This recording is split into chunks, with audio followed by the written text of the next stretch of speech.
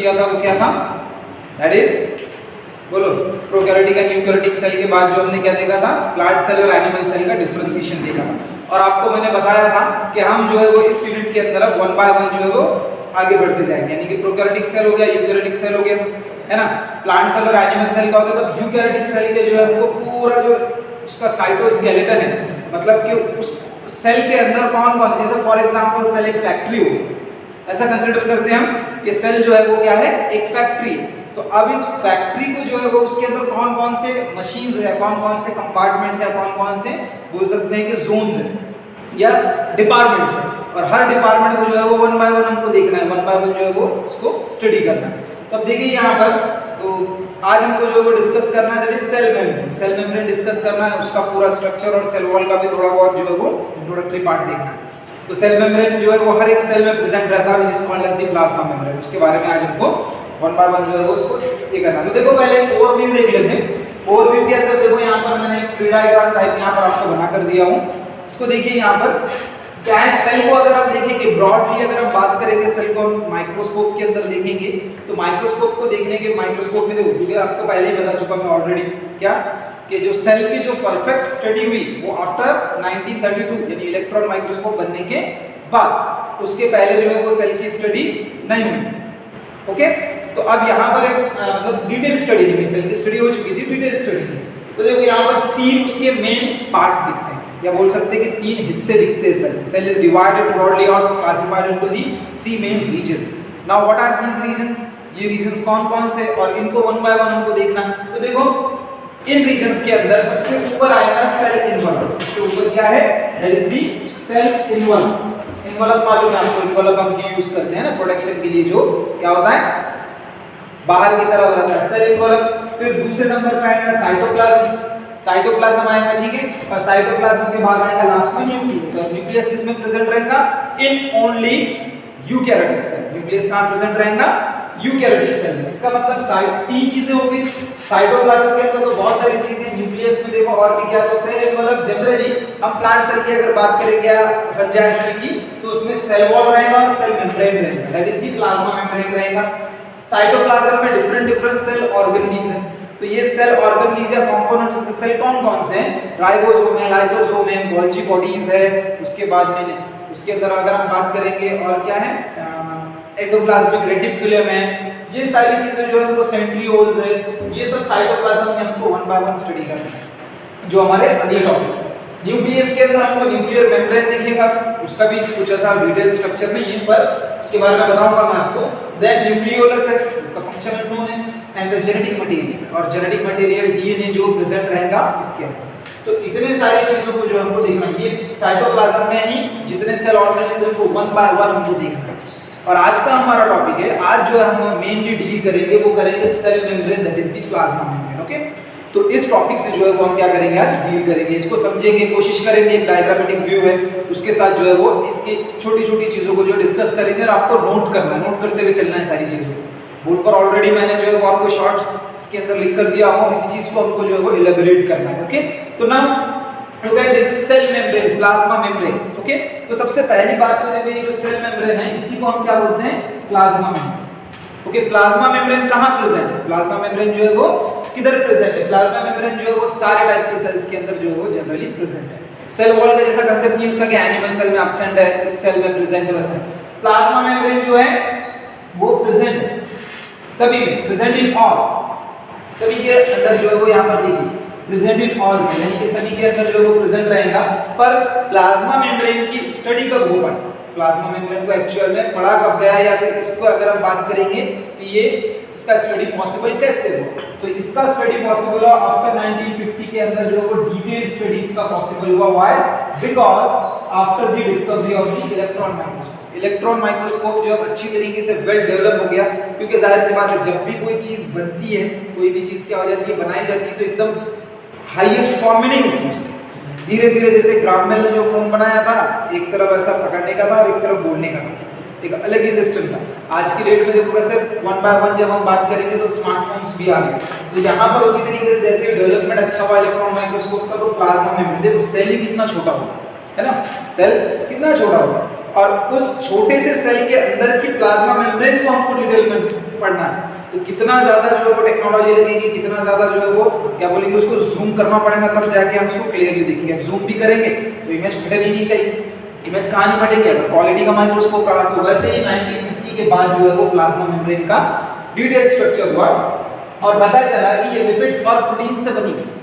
जब हमने plasma membrane का स्ट्रक्चर देखा तो ये पता चला कि किससे बनी हुई है, लिपिड्स और प्रोटीन से। Generally these lipids are called as, देखो इस तरह का स्ट्रक्चर था उन लिपिड्स का,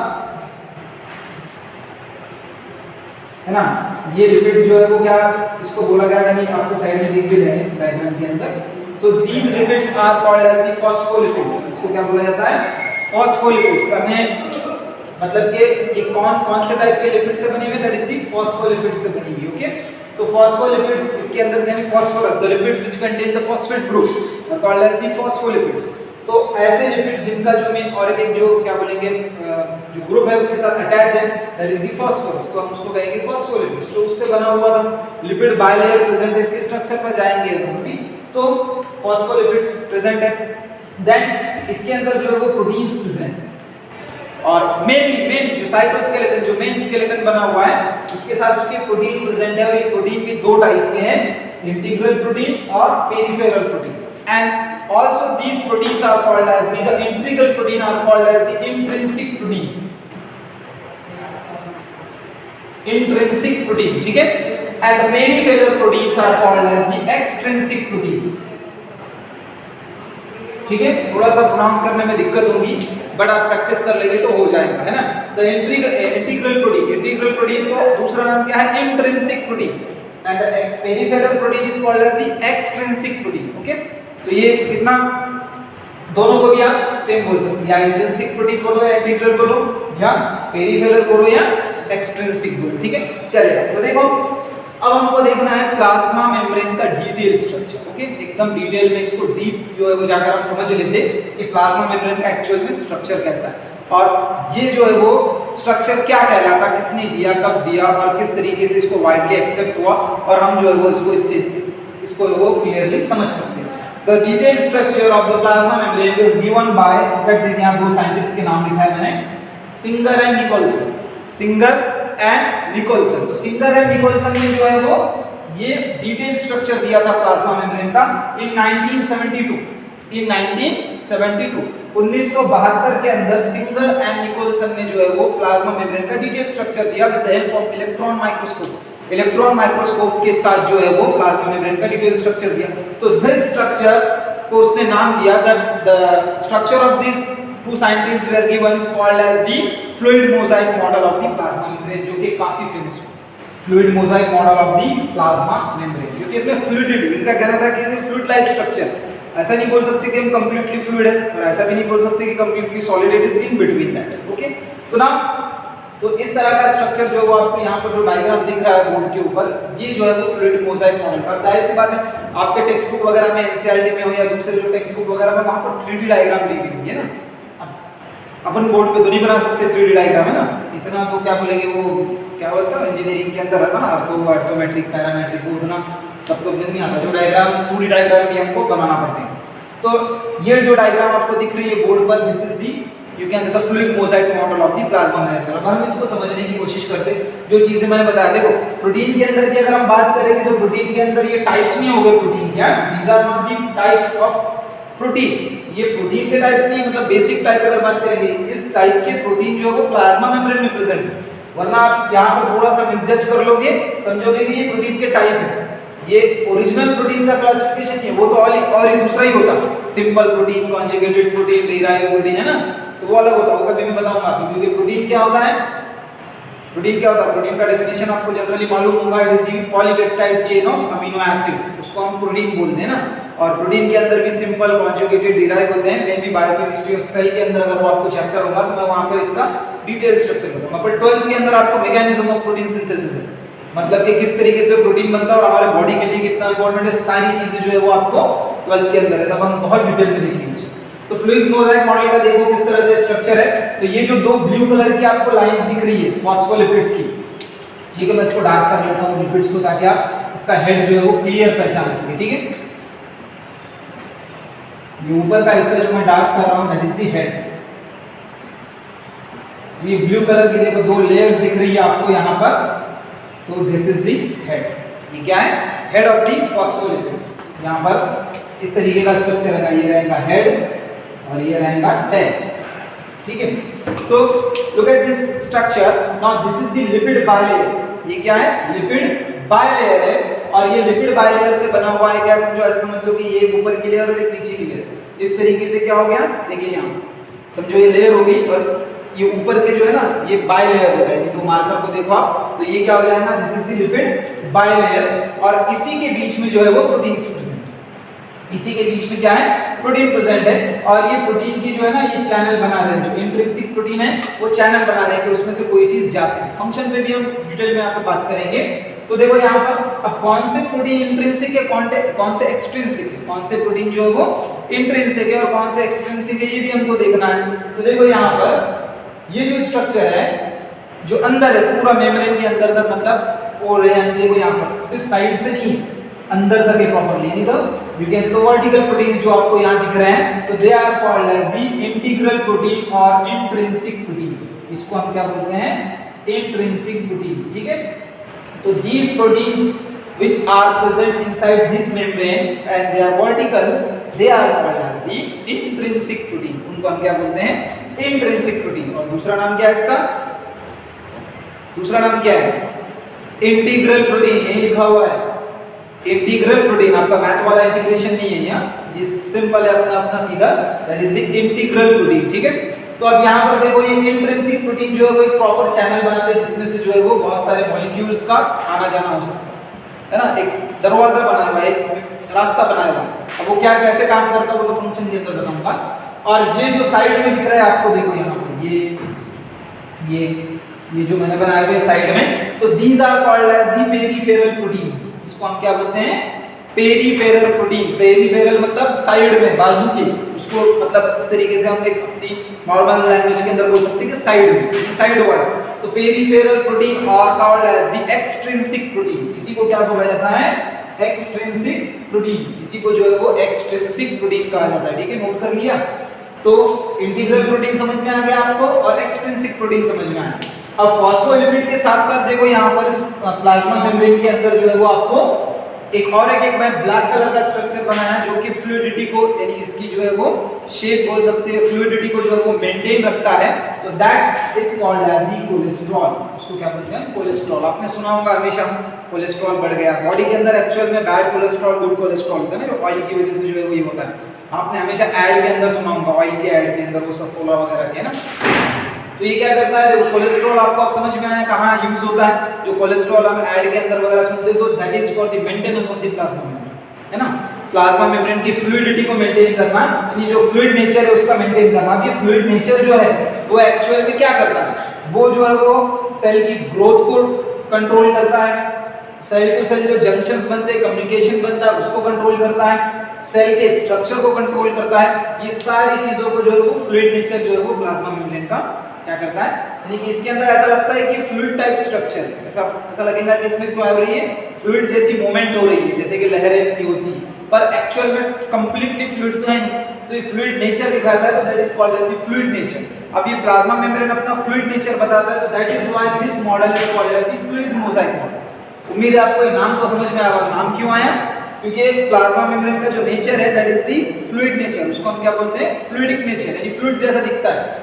And that's why this model is called as the fluid mosaic model, which is given by Singer and Nicholson। किसने दिया था?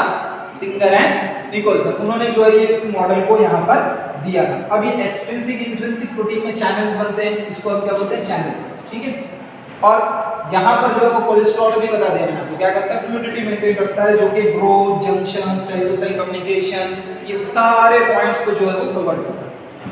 फ्लूइड मोजाइक मॉडल भी क्यों है ये भी आपको नाम पता है। इस तरह का स्ट्रक्चर है। अब एक इंपॉर्टेंट बात आपको यहाँ पर ध्यान में रखनी है और नोट भी करनी है, ठीक है, जो सबसे ज्यादा इंपॉर्टेंट है, कभी इसमें क्वेश्चंस भी आ सकता है। दो चीजें यहाँ पर देखो, मैं आपको बता देता हूँ। यहाँ पर अगर आपको दिख रहा है यहाँ पर, तो ठीक है, इस एरिया में अगर दिख रहा है आपको, तो देखिए यहाँ पर, ठीक है, तो ये जो हेड है और टेल दिख रहा है क्या डायग्राम? ओके, तो यहाँ पर देखिए जो हेड और टेल है, ये हेड और टेल क्या करता है, हेड जो है वो हाइड्रोफिलिक है, हेड क्या है, हाइड्रोफिलिक है, और टेल जो है वो हाइड्रोफोबिक है। ठीक है, एक चीज याद रखना है आपको, जो वहां पर मैंने अभी यहाँ पर लिखा है, हेड जो है वो इसका क्या है, हाइड्रोफिलिक है, और टेल जो है वो हाइड्रोफोबिक है। तो देखो एक स्पेशलाइज्ड स्ट्रक्चर, एक स्पेशल मैकेनिज्म में ये बंधे हुए, कैसे, हेड जो है वो ऊपर की तरफ है, ठीक है, जिस तरफ से वाटर जो है वो दोनों भी सरफेस पे हो सकता है, सेल के बाहर भी हो सकता है, सेल के अंदर भी साइटोप्लाज्म है, तो दोनों तरफ से वाटर का कनेक्शन जो है वो हेड से है, और टेल जो है वो अंदर की तरफ है, मतलब away from the water, away from the watery fluid. तो अब यहाँ पर इससे समझ में आया जाएगा हमको कि हाइड्रोफिलिक क्या होता और हाइड्रोफोबिक क्या होता। हाइड्रोफिलिक, हाइड्रो मतलब वाटर, ये क्या हो गया, हाइड्रोफिलिक, और टेल क्या हो गया, हाइड्रोफोबिक। ठीक है, तो देखिए यहाँ पर जो हेड है वो हाइड्रोफिलिक है, हाइड्रोफिलिक मतलब हाइड्रो मतलब वाटर, फिलिक मतलब टू लव, मतलब उसकी तरफ अट्रैक्ट हो, समझ में आया, हाइड्रो मतलब वाटर, फिलिक मतलब टू अट्रैक्ट, टू लव। इसका मतलब क्या होगा कि हेड जो है वो पानी की तरफ अट्रैक्ट होता है, हेड जो है वो पानी की तरफ अट्रैक्ट होता है, and the tail is hydrophobic, मतलब वो पानी से दूर जाएंगे, मतलब जिसको पानी अच्छा लगेगा उसको हम बोलेंगे हाइड्रोफिलिक, और जो पानी से दूर जाएगा उसको बोलेंगे हाइड्रोफोबिक। तो आप वहां पर डायरेक्ट लिख सकते हैं, head equal to hydrophilic and tail equal to hydrophobic. ये चीज याद रखिए, इसमें कंफ्यूजन हो जाता है कि अचानक से क्वेश्चन आए और हमारा जो है वो एकदम कंफ्यूजन हो जाए कि कौन सा हाइड्रोफिलिक है, कौन सा हाइड्रोफोबिक है, यहाँ पर मार्क्स जा सकते हैं। तो इस चीज को प्रॉपर्ली नोट कर लेना। तो हेड जो है वो हाइड्रोफिलिक है और टेल जो है वो हाइड्रोफोबिक है। अब इसी वजह से बहुत सारे फंक्शनिंग बढ़ जाती है प्लाज्मा मेम्ब्रेन की, हाइड्रोफिलिक है ना हाइड्रोफोबिक नेचर, ये दोनों नेचर इसके अंदर नजर आ रहा है। कंप्लीटली हाइड्रोफिलिक भी नहीं है, कंप्लीटली हाइड्रोफोबिक भी नहीं है, हेड और टेल दोनों मिलकर कंबाइनली काम कर रहे हैं। तो ये एक इंपॉर्टेंट पार्ट हो जाता है यहाँ पर। तो इस तरीके से जो है वो ये चीज आपको नोट करनी, याद रख देना है, ठीक है। फॉस्फोलिपिड्स के अंदर क्या मामला है, हाइड्रोफिलिक एंड हाइड्रोफोबिक, ठीक है, हाइड्रोफिलिक एंड हाइड्रोफोबिक। वापस बता देता है एक बार और, अगर कोई क्लियरली नहीं सुना हो तो, that is head equal to hydrophilic and tail equal to hydrophobic. इसमें उल्टा नहीं करना है, याद रखो, इसमें कभी कंफ्यूज मत होना, उल्टा मत करना, वरना पूरा आंसर गलत हो जाएगा। तो इस तरीके से जो है ये स्ट्रक्चर हो गया किसका, प्लाज्मा मेम्ब्रेन का, ये कंप्लीटली स्ट्रक्चर हुआ। अभी तो हमने सिर्फ स्ट्रक्चर एक करें, इसके बाद हमको सेल वॉल के बारे में भी देखना है, और उसके बाद में हमको जो है वो इसके फंक्शंस भी देखना है। तो ये चीजें आप लोगों को उम्मीद करता समझ में आ गई होंगी। ये सारी चीजें जो है वो हमने अभी देखी, ये पूरा फ्लूइडिक मोज़ाइक मॉडल है, और इसका डायग्राम वगैरह जो है आपको प्रॉपर्ली ड्रॉ करना है। ये डायग्राम सफिशिएंट है समझने के लिए, ठीक है। तो आप जो है वो इसको यूज कर सकते हैं। ये लिपिड बायलेयर है, यानी दोनों को बोला जाता है लिपिड बायलेयर, और ये हाइड्रोफिलिक एंड हाइड्रोफोबिक नेचर की वजह से ही बहुत सारा इसमें ट्रांसपोर्टेशन का मामला होता है।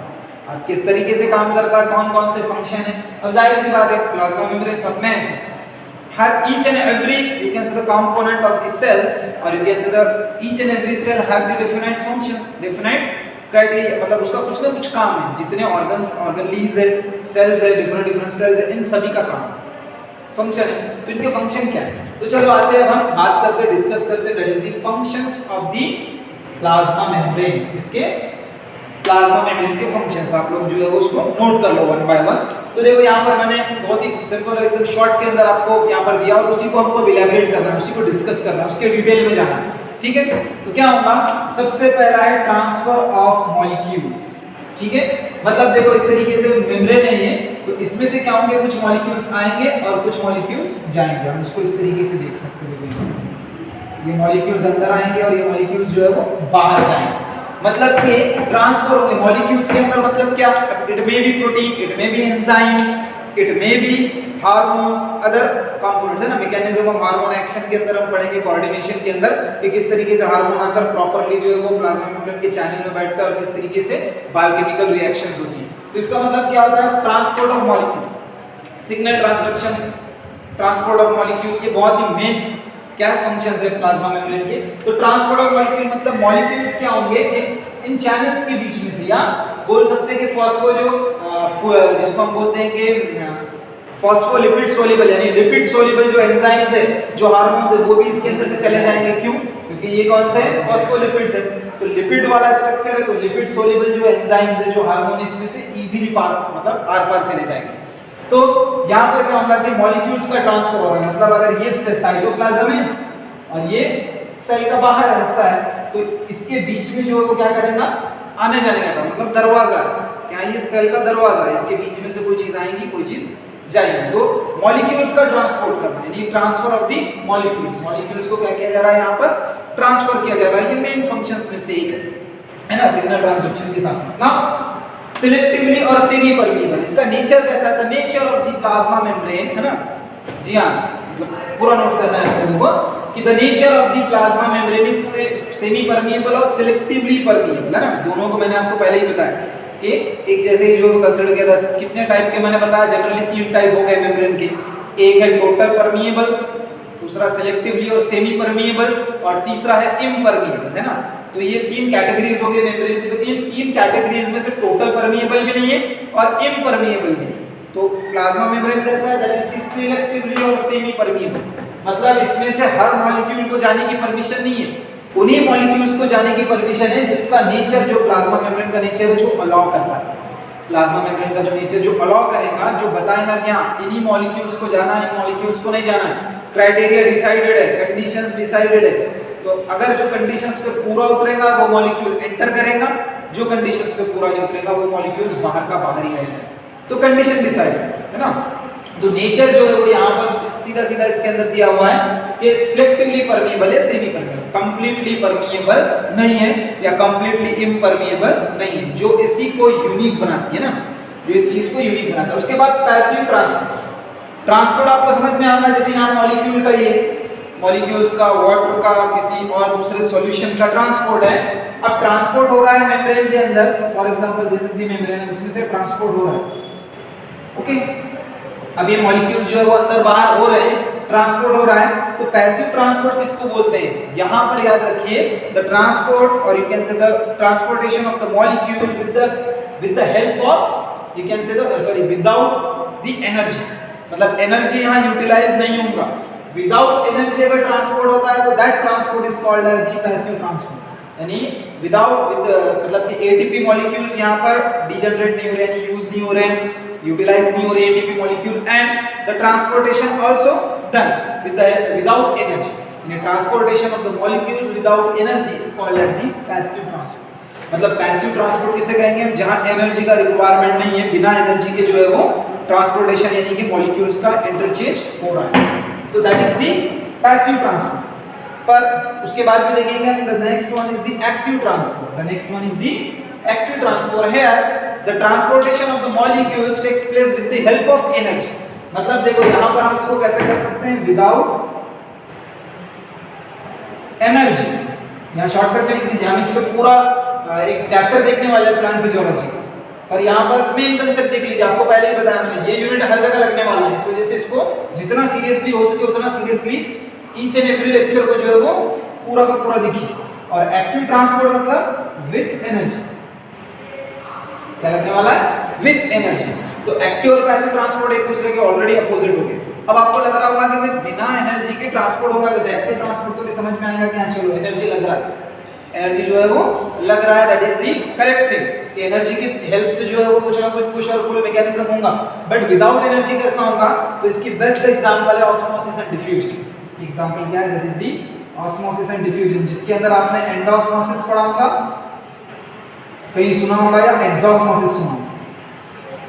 अब ऑस्मोसिस के बारे में बता दूं, अगर इसका मैं अभी डेफिनेशन बता देता, तो क्या है कि एंडोस्मोसिस और एक्सोस्मोसिस दो टाइप हो गए। ऑस्मोसिस किसको बोलते हैं, ऑस्मोसिस के अंदर क्या ट्रांसपोर्ट होता है, क्या सारे मॉलिक्यूल्स ट्रांसपोर्ट होते हैं या पर्टिकुलर कोई एक चीज ही ट्रांसपोर्ट होती है। तो याद रखिए ऑस्मोसिस कहीं पर भी आ जाए, ऑस्मोसिस ये वर्ड कहीं पर भी आ जाए, तो यहाँ एक बात को गांठ बांध लीजिए, एक बात को समझ लीजिए कंप्लीटली तौर से, कि ऑस्मोसिस ये वर्ड जहां पर भी आएगा वहां पर होगा वाटर का मूवमेंट, वहां पर क्या होगा, वाटर का मूवमेंट, जहां पर भी ऑस्मोसिस आएगा वहां मोमेंट ऑफ द वाटर है। याद रखो moment of the water and semi permeable membrane, ये दो चीजें जो है वहां कंपलसरी रहेगी। आपको मैंने क्वेश्चन पूछा था समंदर के पानी वाला, दो लड़कियों ने उसका आंसर लेकर आए थे, उनको पता था, उनको अंदर का कंसेप्ट पता था ऑस्मोसिस का, या उन्होंने सर्च किया तो उनको आंसर मिल गया। तो वो जो उसी से बेस्ड है, देखो जो मैंने समंदर के पानी वाला, कि हम समंदर का पानी क्यों नहीं पी पाते, तो उन्होंने उसका आंसर बताया था और वहां पर मैंने बताया था। फिर भी चलो ऑस्मोसिस को फिर से अगर किसी को पता नहीं तो हम फिर से एक बार और डिफाइन कर लेते और ऑस्मोसिस को एक बार और फिर से समझ लेते। तो ऑस्मोसिस क्या है? The movement of the water molecules, okay slow बोल रहा हूं उसका मतलब लिखना है, okay the movement of the water molecules from the region of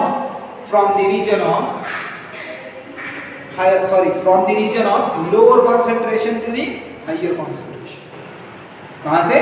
lower concentration to the higher concentration, मतलब पानी की ऐसी मूवमेंट होगी जहां कंसंट्रेशन कम है वहां से ज्यादा कंसंट्रेशन की तरफ। उल्टा लगता है जैसे डिफ्यूजन के अंदर हायर कंसंट्रेशन से लोअर हो जाता तो अपने को लगता सही भी, पर लोअर कंसंट्रेशन से हायर कैसा, इसका पूरा और डिटेल बताऊंगा मैं तुम लोगों को, इसका पूरा कांसेप्ट बताऊंगा कि ऑस्मोसिस एक्चुअल में होता कैसे, वो एक अलग पार्ट है हमारा। तो लोअर कंसंट्रेशन से हायर कंसंट्रेशन की तरफ जाएगा इक्विलिब्रियम को मेंटेन करने के लिए through a semi permeable membrane, this is called as the osmosis. इसको हम क्या बोलते हैं? ऑस्मोसिस, जिसमें दो टाइप होते हैं, एंडोस्मोसिस, एक्सोस्मोसिस। सेल के अंदर हुआ तो एंडोस्मोसिस, सेल के बाहर हुआ तो एक्सोस्मोसिस, सेल के बाहर हुआ तो एक्सोस्मोसिस। ये सिंपल सा कांसेप्ट हो गया, ये नजरिया हो गया। यहाँ पर एक्टिव ट्रांसपोर्ट भी आपको मैंने बता चुका, तो ये मेन काम हो गया। इसके अलावा भी बहुत सारे और हैं, पर इतने एटलीस्ट आपको जो है वो पूरे ध्यान रखने और डिटेल में जो जितना मैंने इसका एक्सप्लेनेशन बताया उसको होपफुली आप लोगों ने शॉर्ट में लिखा भी होगा। क्या है कि पहला क्या हो गया? ट्रांसपोर्ट ऑफ मॉलिक्यूल्स, वो बता दिया ट्रांसपोर्ट ऑफ मॉलिक्यूल क्यों है। सिलेक्टिविटी और सेमी परमेएबल, मतलब कि ये क्या है? कंप्लीटली इम्परमेएबल नहीं और कंप्लीटली परमेएबल भी नहीं, मतलब कि कुछ मॉलिक्यूल्स को एंट्री देगी, कुछ मॉलिक्यूल को एंट्री नहीं देगी। वो उसकी नेचर पर है प्लाज्मा मेम्ब्रेन कि कौन से मॉलिक्यूल्स को एंट्री देना है कौन से नहीं। कितना देखो खालिक का जो है अल्लाह का निजाम कितना जबरदस्त बनाया हुआ है कि एक छोटी सी मेम्ब्रेन को भी पता है कि किसको एंट्री ये करना है किसको नहीं ये करना है ना। तो हम सोच भी नहीं सकते कि इंसान चाहे कितना भी ज़हीन क्यों ना हो जाए, कितनी भी सारी चीज़ें इन्वेंट क्यों ना कर ले, पर खालिक की तख्लीक को चैलेंज कर ही नहीं सकता, है ना। कर सकता है कि नहीं कर सकता है खालिक की तख्लीक को चैलेंज? तो हमारा है ना, इंसान को अशरफुल मखलूक़ात बनाया गया है, उसके अंदर की हर एक चीज़ यूनिक है। अभी तो हम प्लांट्स के बारे में जनरली जो यहाँ डिस्कस करते हैं बॉटनी के अंदर, इसमें जूलॉजी में एनिमल्स के बारे में करते हैं, पर जब हम धीरे धीरे बायो को डिटेल में पढ़ते हैं तो हमको और क्या बनता है, ताज्जुब वाले ऐसे हैरतअंगेज़ चीज़ें मिलती हैं जो आपको वन बाय वन में बताते जाऊंगा बीच बीच में कि कितनी सारी चीज़ें होती हैं। तो देखो इस तरीके से जो है वो दूसरे नंबर के बाद में ऑस्मोसिस, एक्टिव पैसिव ट्रांसपोर्ट, इसके अंदर जो है वो इसका रोल प्ले होता है। मैंने आपको पैसिव ट्रांसपोर्ट भी बताया विदाउट एनर्जी, ऑस्मोसिस के अंदर तो वाटर मूवमेंट होगा, एक्टिव ट्रांसपोर्ट में the transport of the molecule with the help of energy. यहाँ पर जो है वो ट्रांसपोर्टेशन किससे होगा? एनर्जी की हेल्प से होगा। तो उसको हम क्या बोलते हैं, है ना, एनर्जी मतलब क्या, यहाँ पर यूटिलाइज होने वाली ATP, energy currency of the cell which is synthesised by the mitochondria. Mitochondria ने जो एनर्जी करेंसी बनाया एटीपी, एडेनोसाइन ट्राइफॉस्फेट। तो ये एडेनोसाइन ट्राइफॉस्फेट से ही क्या बनने वाला है हमारा, दैट इज क्या बनेगा, एनर्जी बनेगी। मतलब एनर्जी हमको मिलेगी, कैसे मिलेंगी? एटीपी के मॉलिक्यूल्स का वो पूरा स्ट्रक्चर है हमको, वो भी हम देखेंगे उसके अंदर। तो इस तरीके से क्या हो गया, यहाँ पर होगा। दूसरा एक छोटा सा कंपोनेंट सर भी उधर का मैं थोड़ा सा इरेज करके आपको और आगे इसके बारे में बताऊंगा, क्योंकि सेल वॉल पे आपको डिस्कस करना है, उसके फंक्शन पे डिस्कस करना है। दो चीजें हमारी बची हुई है, बस छोटा सा पॉइंट है, ज्यादा बड़ा नहीं है। होपफुली ये सारी चीजें आपको समझ में आ गई कि आपने नोट कर लिया होगा। अगर किसी ने नहीं किया होगा तो है ना, किसी तरीके से स्क्रीनशॉट या कोई भी और कोई टेक्निक यूज करो, और या फिर जो है वो स्क्रीनशॉट लेकर जो है वो आप इसको प्रॉपर्ली जो है वो जूम करके मैं एक तरफ हो जाता हूँ ताकि आप लोग जो है वो स्क्रीनशॉट ले सके इसका, और फिर जो है वो इसको आराम से प्रॉपर्ली अपने इसमें नोट्स प्रिपरेशन के लिए यूज कर सकते हैं। ठीक है, चलिए तो अब आगे बढ़ते हैं और देखते हैं कि क्या है, that is the cell wall. क्या है? Cell wall. सेल वॉल है क्या एक्चुअल में? सेल एनवेलप के अंदर सेल वॉल और सेल मेम्ब्रेन देख रहे हैं, सेल मेम्ब्रेन सभी में प्रेजेंट है, इसलिए हमने उसको इतना डिटेल देखा। सेल वॉल का सिलेबस के अंदर उतना तो है नहीं, पर फिर भी हम जो है वो और डिस्कस कर लेते हैं इसको। तो सेल वॉल क्या है? सेल वॉल क्या है? Present in plants and fungi cells, है ना। जनरली जो हायर ऑर्गेनिज्म की बात करें, हम यूकैरियोटिक सेल की बात कर रहे हैं, पर इसलिए मैं प्रोकैरियोटिक की तरफ वापस जा नहीं रहा। तो अगर हम हायर ऑर्गेनिज्म में यूकैरियोटा की बात करेंगे तो it is only present in the plant cell and fungi cell, है ना। प्लांट और सेल फंजाई सेल में। एनिमल सेल में क्या है? It is absent in the animal cell. Animal cell में क्या है? ये एब्सेंट है, ये एनिमल सेल में प्रेजेंट नहीं है। एनिमल सेल में मतलब outer covering of this cell क्या हो गया फिर? Plasma membrane. Outer covering of the animal cell is called as the, you can see, plasma membrane.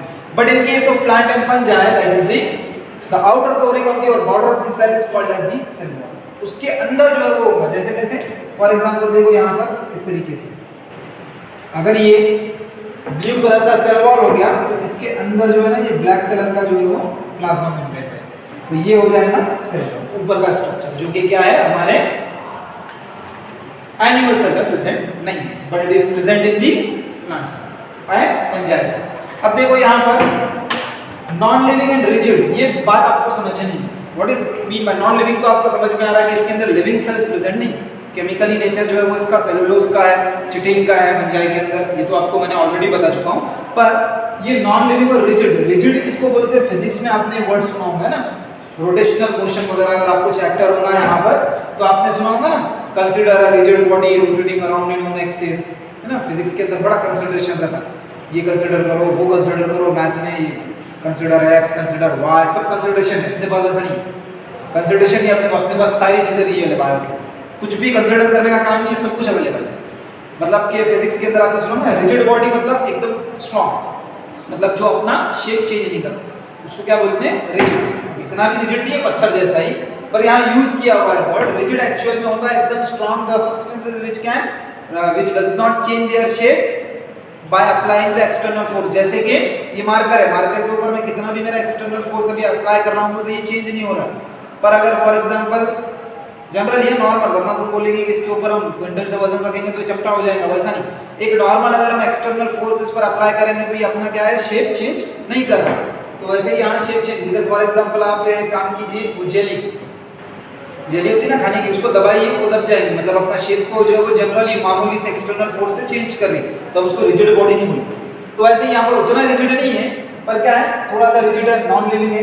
Composition क्या है सेल वॉल का, सेल वॉल का कॉम्पोजिशन क्या है, किस चीज से बना हुआ, लास्ट टाइम भी आपको बताया था मैंने कि प्लांट सेल में जो है वो generally cellulose and hemicellulose, plant cell algae के अंदर थोड़ी सी वैरायटीज भी है।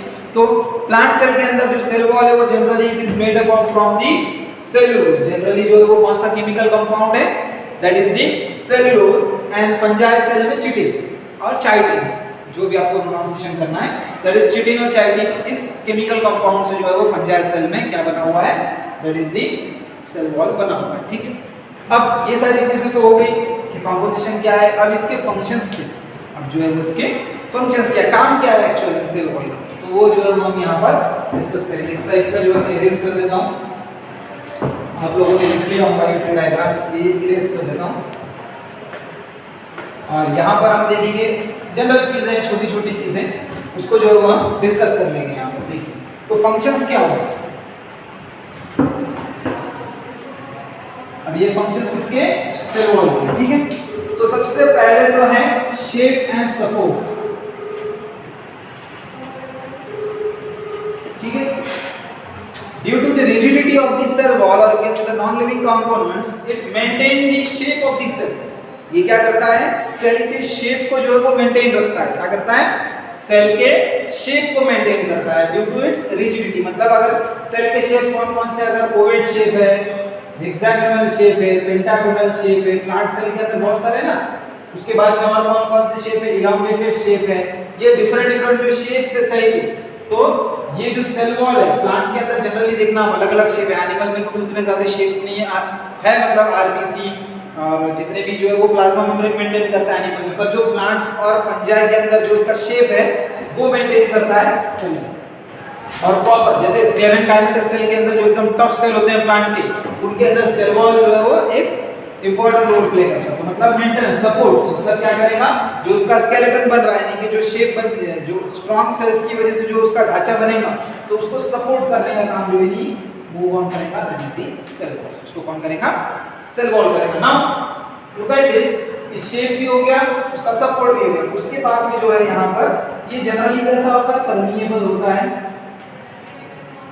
मतलब कि इसमें से बहुत सारी चीजें आ जा सकती है, इसके अंदर से जो है वो बहुत सारी चीजें पास हो सकती है ना।